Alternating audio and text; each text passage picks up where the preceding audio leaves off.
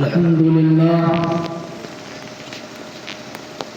لله وكفى وسلام على عباده الذين اصطفى أما بعد فأعوذ بالله من الشيطان الرجيم بسم الله الرحمن الرحيم يا أيها الذين آمنوا قوا أنفسكم وأهليكم نارا وقودها الناس والحجارة عليها ملائكة غلاظ شداد لا يعصون الله ما أمرهم ويفعلون ما يؤمرون. وقال النبي صلى الله عليه وسلم مروا أولادكم بالصلاة أو كما قال النبي صلى الله عليه وسلم. محترم حضرات، سامعین کرام، میں سب سے پہلے شکر گزار ہوں ہم سب کے مخدوم و محترم اور اس جلسے کی سرپرستی فرما رہے جناب قاری عباد الرحمان صاحب، جمعیت علماء ضلع گونڈہ یونٹ گورا چوکی. حضرت نے ہماری ادنا سی آواز پر لبیک کہتے ہوئے ہمارے حوصلوں اور ہمتوں کو ایک نئی سمت دی. میں دل کی ممکنہ گہرائیوں سے حضرت کا اور اہلیان کلہی غریب گرہ کا، جنہوں نے اپنی محنت اور اپنی قد و کاوش اور جد و جہد کر کے اس عظیم الشان کوئز کمپٹیشن کا انعقاد کیا، اور اس جلسے کے روح رواں جناب قاری افروز عالم صاحب، جنہوں نے اپنی محنت اور قد و کاوش کر کے دن رات کو ایک کر کے مہینوں سے اس جلسے کو انہوں نے سجایا، اور یہ چیز آج ہمارے سامنے اور آپ کے سامنے بالکل عیاں اور ظاہر ہے. میں نے آپ کے سامنے قرآن کریم کی ایک آیت کریمہ پڑھی ہے. اس آیت کے اندر اللہ تبارک و تعالی اہل ایمان سے یہ فرما رہا ہے کہ اے ایمان والو، اپنے آپ کو جہنم کی آگ سے، اپنے خاندان والوں کو، اپنے رشتہ داروں کو، اپنے عزیز، اپنے پاس پڑوس والوں کو جہنم کی آگ سے بچاؤ. اب جو اللہ فرما رہا ہے کہ جہنم کی آگ سے بچاؤ، تو اس کی بچاؤ کی شکل کیا ہوگی، اس کی بچاؤ کی صورت کیا ہوگی کہ خود ہم اپنے آپ کو جہنم سے بچائیں، اپنی آل اولاد کو بچائیں، اپنے قریبی رشتہ داروں کو بچائیں. تو سب سے آسان راستہ یہ ہے کہ ہم ان کو دینی تعلیم سے آراستہ کر دیں، ان کو ہم دین پڑھائیں، توحید اور شرک کا فرق بتائیں، حلال اور حرام کا فرق بتائیں، جائز اور ناجائز کیا چیز ہے، اس چیز کو ہم ان کے سامنے واضح طور پر بتائیں. اور یہ چیز ہمیں کہاں ملے گی؟ اس کا سب سے آسان راستہ اور سب سے آسان طریقہ یہ ہے کہ ہم اپنی ان نونہالوں کو، اپنی ان نئی نسلوں کو مکاتب اور مدارس کے حوالے کر دیں. یہی جا کر کے ان کے عقائد صحیح ہوں گے، ان کا ایمان صحیح ہوگا، ان کو یہ بتایا جائے گا کہ اللہ کون ہے، ان کو یہ بتایا جائے گا کہ اللہ وہ ہے جو اس دنیا کو چلا رہا ہے، اللہ وہ ہے جو ہمارا بھی خالق ہے، ہمارے باپ داداؤں کا بھی خالق ہے، اس دنیا کا بھی خالق ہے. اللہ وہ ہے جو ہمیں روزی دیتا ہے، اللہ وہ ہے جس کی بادشاہت اللہ کے ہاتھ میں عزت و ذلت ہے. وتعز من تشاء وتذل من تشاء۔ ان مکاتب کے اندر، ان مدارس کے اندر جب ان نونہالوں کو داخل کیا جائے گا تو ان کے ذہنوں میں یہ بات بٹھائی جائے گی کہ عزت کا مالک اللہ ہے، ذلت کا مالک اللہ ہے، ساری خیر کا مالک اللہ کے قبضے قدرت میں ہے۔ یہ جو سارا نظام چل رہا ہے، دن رات بدل رہے ہیں، یہ بدلنے والا کون ہے؟ اللہ ہی ہے جو اس نظام کو چلا رہا ہے۔ تو ہمارا بھی خالق اللہ ہے، اس پوری سلطنت اور اس پوری دنیا کا مالک اللہ ہے۔ جب ہم ان مدارس اور مکاتب کے اندر اپنے ان بچوں کو داخل کریں گے تو ان کو حلال اور حرام کا بھی فرق بتایا جائے گا کہ کون سی چیز حلال ہے، کون سی چیز حرام ہے۔ اللہ کے نبی علیہ السلام نے فرمایا الحلال بین والحرام بین، یہ حلال بھی بالکل واضح ہے، حرام بھی بالکل واضح ہے، اور وہ چیز بالکل ہمارے سامنے آیا ہے کہ اسلام کے اندر کون چیز حرام ہے اور کون چیز حلال ہے۔ جیسے اسلام نے یہ کہا کہ تم اچھا کھاؤ، اچھا پہنو، اچھا معاشرہ اختیار کرو، اچھا رہن سہن اختیار کرو، حلال پرندوں کا گوشت، حلال جانوروں کا گوشت، اسی طریقے سے جو چیزیں اللہ نے حلال کر دی ہیں ان چیزوں کو کھاؤ، اور جن چیزوں سے اسلام نے تم کو منع کر دیا ہے، میدا ہے، سود ہے، ربا ہے، جھوٹ ہے، دغا بازی ہے، فریب ہے، مکاری ہے، ان تمام چیزوں کے سے اسلام نے ہمیں منع کیا ہے کہ تم ان کے قریب مت بھٹکنا۔ تو اسلام کے اندر حلال بھی واضح ہے، حرام بھی بالکل واضح ہے، لیکن کچھ چیزیں مشتبہ ہیں جن کو نہ ہم جانتے ہیں نہ آپ جانتے ہیں، ان کا علم ہوگا حضرات مفتیان کرام کے پاس۔ تو جب ان مدارس کے اندر اپنے ان بچوں کو، اپنے ان نئی نسل کو، ان نونہالوں کو ہم داخل کریں گے تو ان کے دماغ میں یہ بات آج ہی سے بٹھائی جائے گی، اور ہم نے پڑھا بھی ہے اور سنا بھی ہے، اور ہم یہ چیز کہتے بھی آ رہے ہیں کہ ہم نے جو چیز بچپن کے اندر پڑھی تھی وہ آج تک محفوظ ہے۔ ہم نے جو تحیات یاد کی تھی، دعائے قنوت یاد کیا تھا، درود شریف یاد کی تھی، وہ چیز ہمارے ذہنوں میں آج تک پیوست ہے۔ لیکن آج میں کوئی چیز یاد کر رہا ہوں، 50 سال کا ہو گیا، 60 سال کا ہو گیا ہوں، لیکن جب جماعت کے اندر جاتا ہوں یا اسی طریقے سے مذاکرے کے اندر بیٹھتا ہوں تو وہ چیز ہمارے دماغ میں گھستی نہیں ہے۔ کیوں؟ اس لیے کہ بہت سے خرافات، بہت سی چیزیں ہمارے ذہنوں کے اندر آ رہی ہیں، بہت سی چیزیں بٹھا دی گئی ہیں، اور یہ بچے جو 2 سال، 5 سال، 6 سال کے ہیں، ان کا بالکل ذہن خالی ہوتا ہے۔ ان کے دماغ میں آج ہی سے جو چیز بٹھا دی جائے گی وہ مرتے دم تک ان کو یاد رہے گا۔ ان کو آج جب یہ بتایا جائے گا کہ تمہارے نبی حضرت محمد مصطفیٰ صلی اللہ علیہ وسلم ہیں، آپ کے 2 نام ہیں جن کی دنیا یاد کرتی ہے، ایک تو نام ہے محمد اور دوسرا نام ہے احمد۔ جب ان کو یہ بتایا جائے گا کہ محمد صلی اللہ علیہ وسلم کے بھائی اور بہن کوئی نہیں تھا، جب ان کو یہ بتایا جائے گا کہ آپ علیہ السلام کی 4 بیٹیاں تھیں، آپ کے 3 صاحبزادے تھے، اسی طریقے سے جب ان کو یہ بتایا جائے گا کہ اللہ کے نبی علیہ السلام نے 11 شادیاں کی، اسی طریقے سے جب آپ کو یہ بتایا جائے گا، ان بچوں کو ذہنوں میں یہ بات بٹھائی جائے گی کہ اللہ کے نبی علیہ السلام کی حقیقی دادی صرف ایک تھی، اور اسی طریقے سے اللہ کے نبی علیہ السلام کی پھوپھیاں 6 تھی، اللہ کے نبی علیہ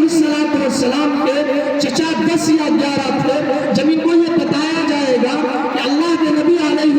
السلام کے حقیقی بھائی کا کیا نام تھا، جب ان کے ذہنوں میں یہ چیز بٹھا دی جائے گی، آج ہی سے جب بٹھائی جائے گی، تو میرے دوستوں یہ مرتے دم تک یہ نہیں بھولیں گے۔ لیکن اگر ہم نے اور آپ نے ان بچوں کو ان مدارس اور مکاتب کے حوالے نہیں کیا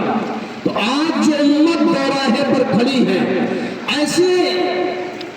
نازک حالات پر ہم اور آپ کھڑے ہوئے ہیں، ہم اور آپ ایسے نازک حالات میں جی رہے ہیں کہ اگر ان مکاتب اور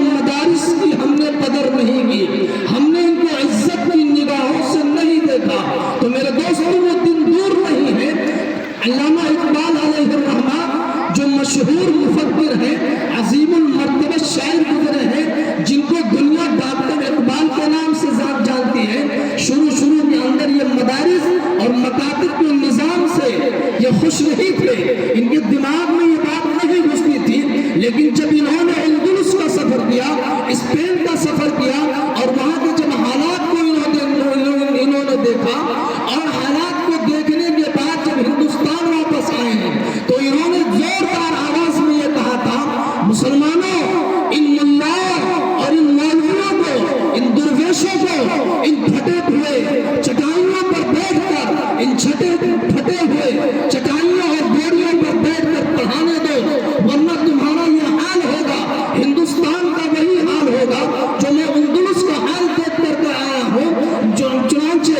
وہاں کے ماننے والے امام مالک رحمۃ اللہ علیہ کو ماننے والے ہیں، اگر وہ کہہ دیں کہ اہل قرطبہ یہ کہتے ہیں کہ یہ دین ہے تو وہ دین ہے، لیکن جو میں حالات دیکھ کر آیا ہوں، 800 سال شان و شوکت مسلمانوں کی 800 سالہ شان و شوکت کے باوجود آج وہاں جامع قرطبہ الحمراء کے کھنڈرات کے علاوہ مسلمانوں کی شان و شوکت مٹ چکی ہے۔ اگر تم ان مدارس اور مکاتب کو گری ہوئی نگاہوں سے دیکھو گے، ان کو ذلت کی نگاہوں سے دیکھو گے، ان مولویوں کو، ان درویشوں کو گری ہوئی نگاہوں سے دیکھو گے، تو ان بچوں کے ایمان کی حفاظت اور گارنٹی کہیں نہیں لی جا سکتی ہے۔ اگر ان بچوں کا ایمان بچے گا، ان کا عقائد صحیح ہوگا، تو یہ مدارس اور مکاتب ہیں، چھوٹے چھوٹے مدارس اور مکاتب ہیں، اور ہمارے بزرگوں پر ان کی بے مثال قربانیوں پر قربان چاہیے کہ جو انہوں نے مدارس و مکاتب کا جال بچھایا تھا۔ مدارس و مکاتب کا جال بچھانے کے بعد ملک کا انہوں نے دورہ کیا تھا اور گاؤں گاؤں جا کر کے، دیہات دیہات جا کر کے، قصبے قصبے میں جا کر کے یہ اعلان کیا تھا کہ لوگوں اپنے بچوں کو ان مدارس اور مکاتب کے حوالے کر دو، ان مساجد کے حوالے کر دو، ان ملاؤں اور مولویوں کے حوالے کر دو، ان درویشوں کے حوالے کر دو، اس لیے کہ ان کا ایمان جو ہے کانوینٹ میں نہیں بچے گا، ان کا ایمان جو ہے اسکولوں میں نہیں بچے گا، ان کا ایمان جو بچے گا، ان کا عقیدہ جو بچے گا وہ صرف مدارس اور مکاتب میں بچے گا۔ حال تو یہ ہے کہ آج بچہ اسکول میں پڑھ رہا ہے، لیکن اگر اس کو مدارس کے حوالے نہیں کیا جاتا ہے، الگ سے اس کا ٹائم نہیں دیا جاتا ہے، اگر مسجدوں کے اندر اس کا کلاسز نہیں چلتا ہے، تو یہ بچہ پڑھنے کے بعد جب اس سے اللہ کا نام پوچھا جاتا ہے اور یہ کہا جاتا ہے کہ اللہ کا نام لکھو، تو اللہ کے نام کے لکھنے پر وہ قادر نہیں ہے، وہ پوچھتا ہے کہ ہم اللہ کا نام کیسے لکھیں، اللہ کون ہے؟ میرے دوستو، آج ہمارے اس ملک کی حالت اور سچویشن یہ ہے کہ آپ غور کیجئے، حضرت یعقوب علیہ السلام کا واقعہ پڑھیے۔ اللہ تبارک و تعالیٰ نے پہلے پارے کے اندر جو واقعہ بیان کیا ہے، ام کنتم شہداء اذ حضر یعقوب الموت، اے نبی کہ آپ اس وقت حاضر تھے حضرت یعقوب علیہ السلام کی موت کا وقت ہے۔ یہ کون ہے؟ پورا خاندان آفتاب مہتاب ہے۔ حضرت ابراہیم علیہ السلام کے 2 بیٹے، حضرت اسحاق علیہ السلام اور حضرت اسماعیل علیہ السلام، جن کو حضرت ابراہیم علیہ السلام نے بڑھاپے کی عمر میں اللہ سے رو رو کر کے مانگا تھا، رب ہب لی من الصالحین، رب ہب لی من الصالحین۔ اللہ نے فبشرناہ بغلام حلیم، ایک بردبار نیک و صالح بیٹے کی اللہ نے بشارت دی۔ تو حضرت ابراہیم علیہ السلام کے 2 بیٹے، حضرت اسحاق علیہ السلام اور حضرت اسماعیل علیہ السلام، اللہ کے نبی علیہ السلام حضرت اسماعیل علیہ السلام کے خاندان سے ہیں، بنو ہاشم سے ہیں۔ اسی طریقے سے حضرت اسحاق علیہ السلام کے بیٹے حضرت یعقوب علیہ السلام، حضرت یعقوب علیہ السلام کے بیٹے حضرت یوسف علیہ السلام۔ تو کہنے کا مطلب یہ ہے کہ باپ بھی نبی، بیٹا بھی نبی، پوتا بھی نبی، پورا خاندان نبوت سے بھرا ہوا ہے۔ ہر وقت یہ دیکھ رہے ہیں کہ وہی آ رہی ہے، لیکن اس وقت یہ عالم تھا کہ حضرت ابراہیم علیہ السلام نے حضرت اسحاق علیہ السلام کو عراق سے لے جا کر کے مصر اور شام میں بسایا تھا، لیکن وہاں کی حالت میرے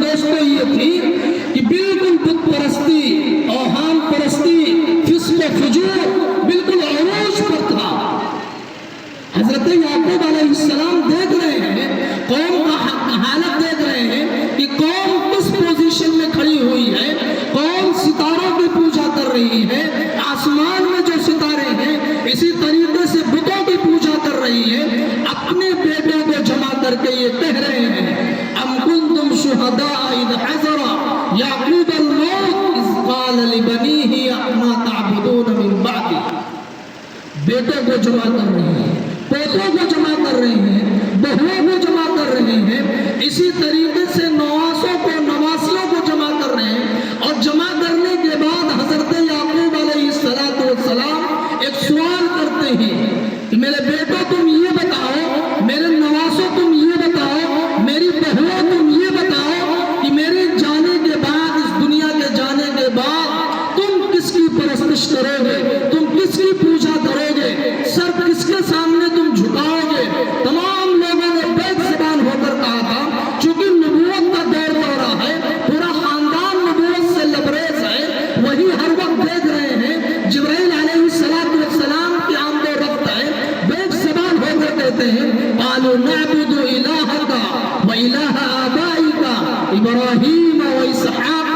و اسماعیل الہ واحدا ونحن له مسلمون. کہ ابا حضور ہم تو پرستش کریں گے اس خدا کی جس خدا کی ہمارے دادا ابراہیم نے پرستش کی ہے، جو توحید کے علم بردار ہیں، جنہوں نے بت شکنی کا جو واقعہ پیش آیا تھا، حضرت ابراہیم علیہ السلام نے بتوں کو توڑ کر رکھ دیا تھا، تو وہ تو توحید کے علم بردار ہیں. وہ ہم اپنے باپ دادا ابراہیم کے دین کی عبادت کریں گے. ہم جس دین پر حضرت اسماعیل علیہ السلام عبادت اور پرستش کرتے آ رہے ہیں، ہم ان کے دین پر جئیں گے، ان کے دین پر مریں گے. ہم کسی کی پرستش نہیں کریں گے، ہم اس اللہ کی پرستش کریں گے جو اللہ ایک ہے، اللہ دو نہیں ہے. ہم اس اللہ کی عبادت کریں گے جو ہمارا بھی خالق ہے، اس دنیا کا بھی خالق ہے اور اس پوری کائنات کو چلا رہا ہے. وَنَحْنُ لَهُ عَابِدُونَ وَنَحْنُ لَهُ مُسْلِمُونَ. ہم تو اللہ ہی کی عبادت کریں گے، ہم اللہ ہی کی ہو کر کے رہیں گے. میرے دوستو، وقت کے نبی ہیں، بیٹوں سے سوال کر رہے ہیں، لیکن آج ہمارا کیا عالم ہے، ہماری کیا حالت ہے. جب میرے جانے کا وقت آتا ہے، انتقال کا وقت آتا ہے، رضا کی عالم ہے. اب اور یہ لگا ہوا ہے کہ جب تک جان نکل جائے، لیکن کبھی ہم نے اپنے بیٹوں سے یہ سوال کیا، ہم نے اپنے بیٹوں سے یہ عہد لیا کہ بیٹا میں تمہارے درمیان 60-70 سالہ زندگی گزار کر جا رہا ہوں، یہ بتاؤ کہ تم میرے مرنے کے بعد کس کی عبادت کرو گے، کس اللہ کی عبادت کرو گے، یا اسی دین پر تم جی کر کے مرو گے یا پھر دوسرا دین اختیار کرو گے. نہیں، ایسا نہیں ہے. ہم یہ سوال نہیں کرتے ہیں، ہمارے ذہنوں میں جو سوال ہوتا ہے، چونکہ ہم اس دنیا میں رہ کر کے دنیا کی رنگینیوں میں کھو کر کے، میرے دوستو، جو ہم سوال کرتے ہیں وہ بیان سے بھی باہر ہے. آج ضرورت اس بات کی ہے کہ ان نئی نسلوں کے ایمان کی، جس طریقے سے ہمارے باپ داداؤں نے ہمارے ایک ہائی لیول پر ہماری ایک اچھی تربیت کی ہے، ہمیں دیندار بنایا ہے، ہم مسلمان کے گھر میں پیدا ہو گئے ہیں، ہمیں جو کلمہ اور نماز سکھایا ہے، اسی طریقے سے ہماری بھی ذمہ داری ہے کہ ہم اپنے ان بچوں کے مستقبل، اپنے بچوں کے بھوش کا خیال رکھیں، ان کے دین کا، ان کے ایمان کا ہم خیال رکھیں. اگر ہم دین کا خیال نہیں رکھیں گے، ان کے ایمان کا خیال نہیں رکھیں گے، تو میرے دوستو، یہ دنیا ہے، یہ دنیا ایک نہ ایک دن ختم ہو جائے گی. یہی بچے جب مرنے کے بعد کل قیامت کے دن ہمارے دامن کو کہیں نہ پکڑ لیں. اور یہ دامن کیا پکڑیں گے، بچے کیا دامن پکڑیں گے؟ ڈر تو اس بات کا ہے کہ کہیں اللہ کا دست غضب نازل نہ ہو جائے، اللہ کا دست قدرت نہ ہو، اور اللہ یہ نہ پوچھ لے کہ آپ نے اپنے بچوں کو دینی تعلیم سے کیوں نہیں آراستہ کیا، آپ نے اپنے بچوں کو دینی تعلیم کیوں نہیں سکھائی، آپ نے اپنے بچوں کو قرآن پڑھنا کیوں نہیں سکھایا، آپ نے اپنے بچوں کو اردو پڑھنا کیوں نہیں سکھایا. اگر میرے دوستو اللہ یہ سوال کر لے گا تو ہم جواب نہیں دے سکیں گے. اللہ کے نبی علیہ السلام نے فرمایا کلکم راع وکلکم مسئول عن رعیتہ، کہ ہر آدمی اپنے ماتحت کا ذمہ دار ہوتا ہے. ہم باپ ہیں، بیٹوں کے ذمہ دار ہیں. ماں ہے، بیٹوں کی ذمہ داری ماں کے ذمہ ہے۔ ماں کیسی تربیت کر رہی ہے، بچی کی کیسی تربیت کر رہی ہے۔ ایک شوہر ہے، بیوی کے خرچے اور نان نفقے کا ذمہ دار ہے۔ بیوی ہے تو اپنے شوہر کے مال کی حفاظت اس کے ذمہ لازم ہے۔ نوکر ہے تو اس کے ذمہ یہ لازم ہے کہ اپنے مالک کے مال کی حفاظت کرے۔ غرض یہ کہ کلکم راعٍ وکلکم مسئول عن رعیتہ، کہ ہر انسان اپنے ماتحت کا ذمہ دار ہے۔ کل قیامت کے دن اللہ کے دربار میں ہر ایک سے باز پرس ہوگی۔ دوستو، آج ضرورت اس بات کی ہے اور وقت اس بات کا متقاضی ہے، وقت اس بات کا تقاضا کر رہا ہے کہ ہم اپنے ان بچوں کے، اپنے ان نونہالوں کے ایمان اور ان کے اسلام کی، ان کے اقدار و روایات کی ہم اور آپ حفاظت کریں۔ ایک مرتبہ میں ایک واقعہ سنا کر کے اپنی بات ختم کر رہا ہوں۔ ایک مرتبہ ایک جلسے میں ایک خاتون بیٹھی ہوئی تھی۔ چونکہ ہماری مائیں اور بہنیں بھی بڑی کثرت میں آئی ہوئی ہیں، تو ایک جلسے میں خاتون بیٹھی ہوئی تھی اور ان کے چہرے سے ہوائیاں اڑ رہی تھی، بڑی پریشان۔ چہرے سے یہ لگ رہا تھا کہ سر میں کہیں تو درد نہیں ہے،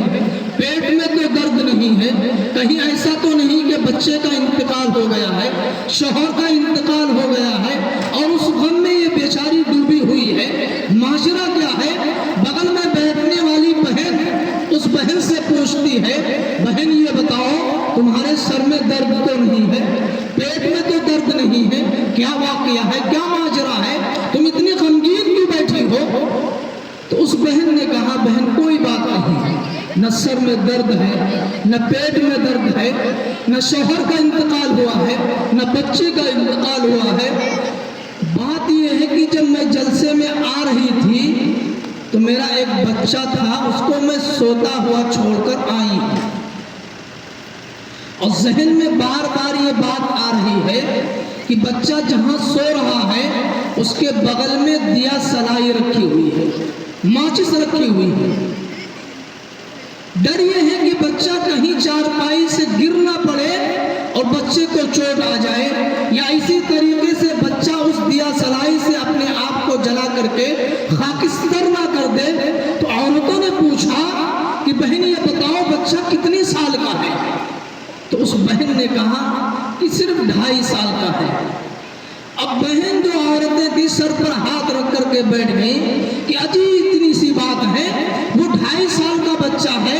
بستر سے چارپائی اور بیڈ سے کہاں وہ نیچے آئے گا، وہ تو سو رہا ہوگا، وہ دیا سلائی کیا سمجھ رہا ہے کہ دیا سلائی کیا چیز ہے، آگ کیا چیز ہے، میں کیسے اپنے آپ کو جلا لوں گا؟ تو اس بہن نے کہا کہ بہن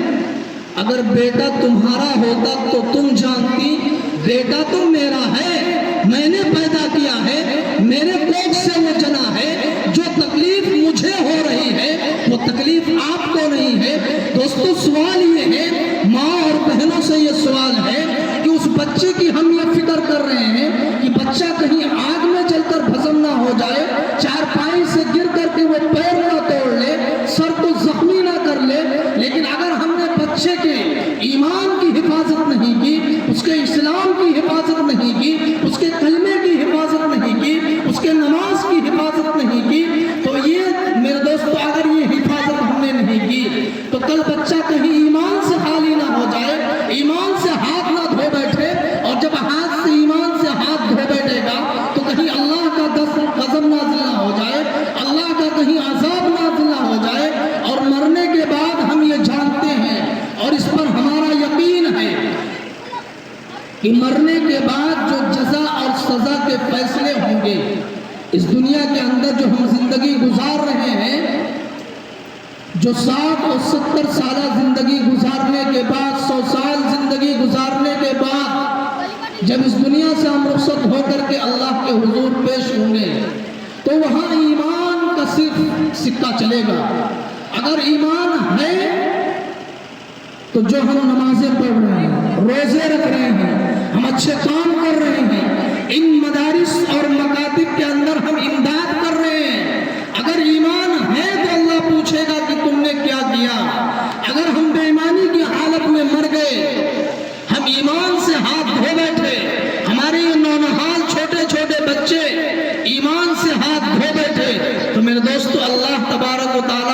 نہیں پوچھے گا فوراً جہنم رسید کر دے گا۔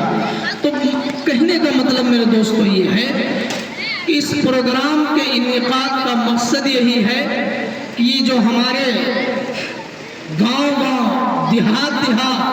قصبہ جو یہ مدارس اور چھوٹے چھوٹے مکاتب چل رہے ہیں، ان مدارس اور مکاتب کی اہمیت کو ہم سمجھیں،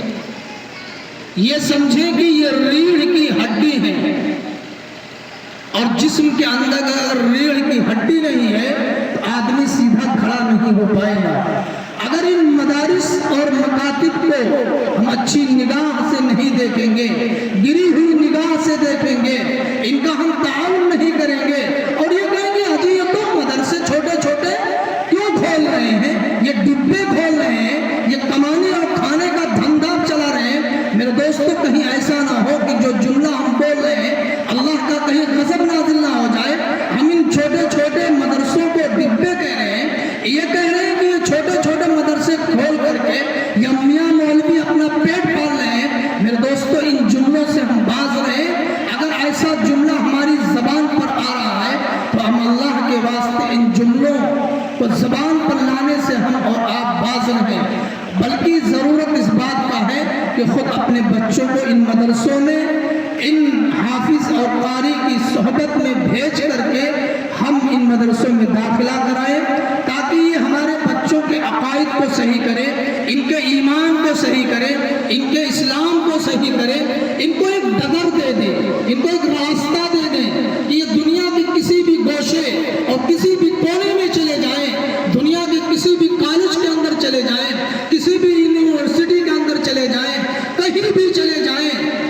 لیکن جو ان کے ذہنوں کے اندر بات پلا دی گئی ہے آج سے مکتب کے اندر، مدارس کے اندر، مساجد کے اندر جو کلاسز چل رہے ہیں، یہ جو بات بٹھا دی گئی ہے، اگر کوئی طاقت ان کو بہکانے میں آ رہی ہے، کوئی بھی سازش ان کے ساتھ کی جا رہی ہے، تو یہ بچے فوراً اپنے ذہن پر جب دوڑائیں گے، دماغ پر زور دیں گے کہ جی ہمارے قاری صاحب نے تو یہ بتایا تھا، ہمارے قاری ارشاد صاحب نے یہ بتایا تھا، افروز عالم صاحب نے یہ بتایا تھا کہ اللہ ایک ہے، آج تو یہاں یہ کہہ رہے ہیں کہ رام اور کرشن کی پوجا کیجئے، یہی اس دھرتی کو چلا رہے ہیں، یہ غلط کہہ رہے ہیں۔ ہمارے قاری صاحب نے جو بات بتائی تھی وہ بات صحیح ہے کہ اللہ ایک ہے، اللہ دو نہیں ہے، اور اللہ کے علاوہ کوئی طاقت نہیں ہے۔ جو ہندو گلومالا کی کہانی پڑھائی جا رہی یہ کوئی کہانی نہیں ہے۔ جو ہمارے قاری صاحب نے محمد صلی اللہ علیہ وسلم کی داستان بتائی تھی، بی بی فاطمہ کا جو داستان سنایا تھا، حضرت خدیجہ رضی اللہ تعالیٰ عنہ کا جو واقعہ سنایا تھا، صحابہ کرام کا جو واقعہ سنایا تھا، وہی ہمارے آئیڈیل اور نمونہ ہے۔ یہ جو غیر کہہ رہے ہیں یہ بالکل واہیات باتیں ہیں، بیوقوف بنانے والی باتیں ہیں، یہ تو ہمارے ایمان پر، ہمارے اسلام پر ڈاکے ڈال رہے ہیں۔ بچے فوراً ذہن اور دماغ کو دوڑائیں گے اور زور دیں گے تو آج کی بات ان کو کل یاد آ جائے گی۔ تو میرے دوستو میں گزارش کر رہا ہوں آپ حضرات سے کہ آپ کے یہاں دو مکتب چل رہے ہیں اور شاندار چل رہے ہیں، اور اس پورے علاقے کے اندر بڑا نام ہے۔ کوئی بھی گاؤں ہو، ہر علاقے کے اندر، ہر گاؤں کے اندر مدرسے اور مکتب چل رہے ہیں، کہیں مکتب چل رہا ہے، کہیں دارالاقامہ کے ساتھ چل رہا ہے۔ بڑی خوش قسمتی کی بات ہے کہ اللہ نے آپ لوگوں کو دین کا جذبہ دیا ہے، دین کا شوق دیا ہے، اور آپ کے دل کے اندر دین کے لے کر کے انگڑائیاں آ رہی ہیں۔ تو ان مدرسوں کی، ان مکتبوں کی آپ بھرپور امداد کریں، اپنی گاڑھی کمائی سے ان مدرسوں اور مکتبوں کی امداد کریں گے تو اللہ آپ کی زندگی کے اندر، آپ کے مال کے اندر، آپ کی اولاد کے اندر اللہ برکت عطا فرمائے گا۔ لیکن اگر ان پیسوں کو ہم اکٹھا کر کے پونجی بنا کر کے ہم رکھ کر کے جائیں گے میرے دوستوں، اور اگر ہم کار خیر کر کے نہیں جائیں گے تو کوئی بھروسہ، کوئی امید نہیں ہے کہ یہ ہماری اولادیں جو ہیں، یہ ہماری اولاد جو ہے مال کو کہاں صرف کرے گی، کچھ کہا نہیں جا سکتا ہے۔ اللہ تبارک و تعالیٰ سے دعا ہے کہ اللہ جو بھی بات کہی گئی ہے شروع سے اب تک کے، اللہ ہمیں بھی اور آپ حضرات کو بھی اور میری ماں اور بہنوں کو بھی کہنے سے زیادہ عمل کی توفیق عطا فرمائے۔ اب میں آخر میں اپنے بڑے ہم سب کے ہر دل عزیز بچوں سے بڑی محبت فرماتے ہیں۔ ابھی ہمارے مدرسے فرقانیہ کے اندر جو ہے ایک پروگرام ہوا تھا، جمعیت علماء کو لے کر کے ممبر سازی کی میٹنگ ہوئی تھی۔ اس میں حضرت قاری عباد الرحمن صاحب بھی تشریف لے گئے تھے۔ چونکہ اس دورہ چوکی کے جمعیت کے یونٹ ہیں، یہ ذمہ دار ہیں، تو جس بچے نے قرأت کی تھی اور نعت اور نظم پڑھی تھی، حضرت نے ان بچوں کی بھی حوصلہ افزائی فرمائی، اور جن بچوں نے جن اساتذہ سے پڑھا تھا ان اساتذہ کی بھی ہمت افزائی فرمائی۔ تو اللہ تبارک و تعالیٰ نے بڑی صلاحیتوں سے نوازا ہے کہ یہ جہاں بھی جاتے ہیں وقتاً فوقتاً کچھ نہ کچھ بچوں کی ہمت حوصلہ